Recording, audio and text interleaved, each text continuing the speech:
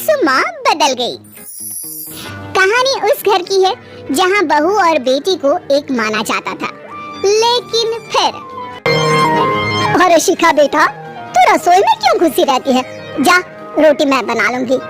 नहीं माँ जी, आप बैठिए, बस सारा खाना बन ही गया है। श्वेता को बोल देती हूँ, वो खाना लगा देगी सबका। सॉरी भाभी, मेरे पास वक्त नहीं है। माँ, मुझे पैसे देना, पार्लर जाना है। हाँ चली जाना, भाभी को भी ले जाना। वो भी जाने को बोल रही थी पार्लर, पर पहले ना मदद कर दे उसके खाना लगाने में। देख माँ, वो बहू है, उसे बहू रहने देना। इतना सर पर मत चढ़ा भाभी को। श्वेता, ज्यादा मत बोला कर। बहू और बेटी में कोई फर्क नहीं होता है। जा जाकर काम कर। ननद को माँ का भाभी से इस तरह प्यार करना बिल्कुल अच्छा नहीं लगता। वो बार बार किसी न किसी तरह माँ को भाभी के खिलाफ भड़काती रहती, लेकिन कोई फायदा ना होता। एक रोज, अरे बेटे किशन, जा बहू को कहीं घुमा कर ला। सारा दिन घर में काम करती रहती है। हाँ माँ, हम लोग जा रहे हैं ना गोवा।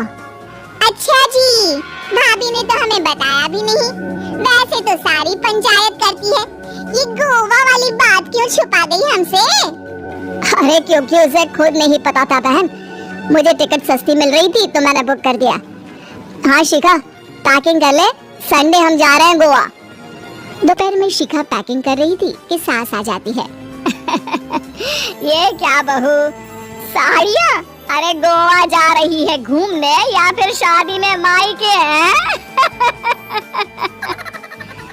माँ जी, ऐसा कुछ है ही नहीं, समझ में नहीं आ रहा क्या रखूं कपड़े में। अरे तेरी और श्वेता की साइज तो एक ही है, उसके कुछ मॉडर्न कपड़े ले ले, आकर लौटा देना। हाँ माँ जी, ये ठीक रहेगा। शिखा श्वेता के पास जाती है और उससे कपड़े मांगती है। ना जी ना, मैं अपने कपड़े ना दूं, वैसे भी फैल जाएंगे मेरे कपड़े, बहुत महंगे वाले हैं। शिखा मुंह लटकाकर कमरे में आ जाती है तो सास कहती है, चल तैयार हो जा, तुझे मैं शॉपिंग करा कर लाती हूँ गोवा की। बस फिर क्या था, सास बहू निकल जाते हैं मार्केट और एक से बढ़कर एक ड्रेस खरीद कर घर आते हैं। पहले बता देती कि नए कपड़े दिलाने वाली है भाभी को, तो मैं अपने ही दे देती ना भाभी को, मुझे दिला देती नए कपड़े। देख श्वेता, परिवार का मतलब सबके साथ रहना होता है, ना कि सिर्फ अपना सोचना। वैसे भी तुझे अच्छे संस्कार सीखने चाहिए।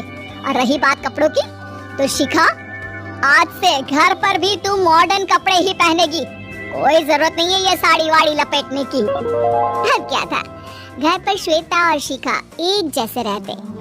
एक बार पड़ोसन आती है। अरे बेटा, अपनी माँ को तो बुलाना, जरा बात करनी है। शिखा सास को बताती है और रसोई में चली जाती है। ये आपकी बेटी बहुत बड़ी हो गई है, इसके लिए एक रिश्ता है, कहो तो बता दूं। ये बेटी नहीं बहू है, घर में सब एक जैसा ही रहता है। वैसे मेरी बेटी भी बड़ी हो गई है, कोई रिश्ता हो तो जरूर बताना। पड़ोसन रिश्ता लेकर उन लोगों के घर आती है। तब श्वेता की होने वाली सास कहती है, तो ये घर है, कितने मंजिल का है? और ये बहू ने आपकी क्या पहन रखा है, जीन्स टॉप? अरे भाई, साड़ी वाड़ी नहीं है क्या इसके पास? देखिए, सर्दी है तो साड़ी में बहू कैसे मैनेज करती, वैसे पहनती है साड़ी भी। देखिए, हम लोग ठहरे पैसे वाले लोग, कोई कमी नहीं है हम लोगों के पास पैसों की, बहुत पैसे हैं, जमीन, नौकर, चाकर, कार, सब कुछ है, लेकिन घर में संस्कारी बहू चाहिए, समझ रही है ना आप? सास कुछ कहती कि श्वेता बोल पड़ती है, हाय रे, नौकर चाकर से लेकर जमीन, कार, पैसा, हाँ मुझे रिश्ता मंजूर है मुझे। अरे रुक जा श्वेता, मैं बात कर रही हूँ ना। देखिए, हम लोगों के घर इतनी आजादी नहीं मिलेगी। अरे हाँ कर देना माँ, हाँ कर दे जल्दी से। सास क्या करती, बेटी की शादी ऐसे घर में कर देती है जहाँ ना उनके विचार मिलते हैं और ना ही आचार। शादी के बाद एक रोज फोन पर, श्वेता बेटा एक बार घर आ जा, बहुत दिल करता है तुझे देखने का। माँ वो घर पर बहुत काम होता है, कैसे आऊँ? बड़ा घर है लेकिन आने जाने वालों की लाइन ही लगी रहती है। बेटा मैं तो जानती थी उस घर का हाल, लेकिन तू ही नहीं मान रही थी। माँ देख, हर घर का यही हाल है। तेरी बेटी को यहाँ घूंघट हटाने की परमिशन नहीं है और एक तरफ भाभी स्कर्ट पहनकर घूम रही है। बेटा मुझे क्या पता था कि मेरी बेटी को ससुराल के नाम पर पिंजरा मिल जाएगा। अच्छा माँ, फोन रखती हूँ, सास को गर्मा गर्म रोटी खिलानी है। तुम लोगों की तरह नहीं कि एक रोटी बनाओ, एक सब्जी बनाओ, फिर सारा दिन फ्री होकर घूमो। सास फोन तो रख देती है, लेकिन सोच में पड़ जाती है कि एक तरफ बेटी जिसे कोई आजादी नहीं, वहीं दूसरी तरफ बहू जिसे देखकर लगता ही नहीं कि इसकी शादी भी हुई है। अगले रोज, शिखा, अरे ओ शिखा।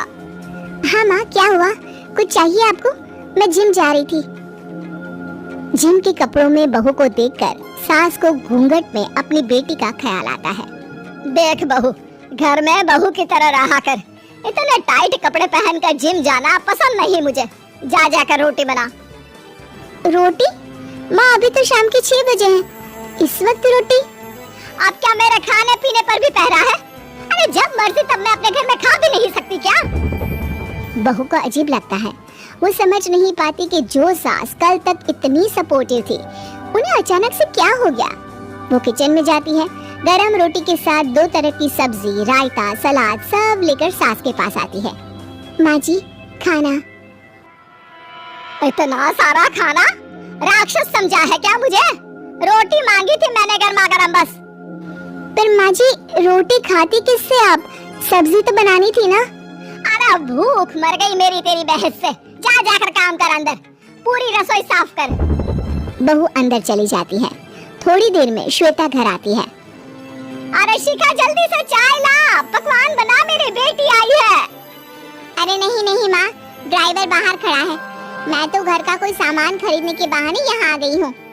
मुझे जाना होगा। अरे बेटा, पर कितने दिनों बाद देख रही हूँ तुझे। रहने आ जाना 2-4 दिन के लिए। आ जाऊंगी माँ, जब मेरी सास मरेगी तब। मैं तो रोज मन्नत मानती हूँ कि मेरी सास मर जाए तो अच्छा है। अच्छा चल, जा रही हूँ माँ। हे भगवान, कैसे कैसे दिन देखने पड़ रहे हैं मेरी बेटी को। सास अंदर जाती है, जहाँ श्वेता की जिम वाली सहेली का फोन आया होता है।